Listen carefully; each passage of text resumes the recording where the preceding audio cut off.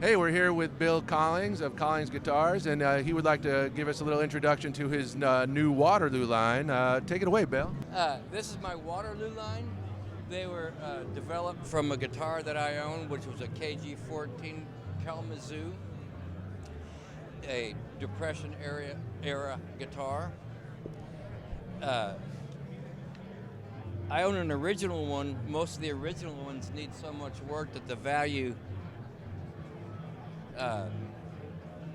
of the guitar doesn't surpass, it's under what the cost of making usually works. So I decided to make the guitar today like it was kind of made in the period.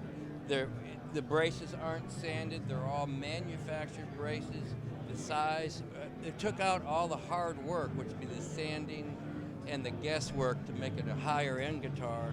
And it's made in the States, it's not made anywhere else, but I wanted a guitar, a couple $1,000s that you wouldn't worry so much about, but still be a great guitar. I make this in a ladder brace and I make it in an X brace. Okay. The reason I make an X brace, I had to X brace mine to save the guitar, and I like the old wood of the guitar. But traditionally they were ladder braces. Ladder gives it a little more punch on the single strings and different clarity and a real raw openness in the guitar, which makes it a very fun guitar. And X-Brace smooths it out a little bit for more chords and all that. So it's a great guitar, but made real similar to a 30s style Depression made guitar. This is reminiscent of the Recording King, which was made by Regal for Montgomery Wards, okay? And they were kind of an odd shape. They were kind of like the Gibson jumbo shape, but they were a little shorter and a little broader in this area. And they made this in many, many different brands, okay? And one of the brands was the Recording King. We call it the Jumbo King. And it's a double X brace guitar. It's a little tighter top, but it's a very open, nice guitar, big guitar, and it's made kind of like they did it back in the 30s with a sunburst neck and sides and stuff like that, okay? And then that's a 14-fret model of the same thing. These were, again, made many different brands.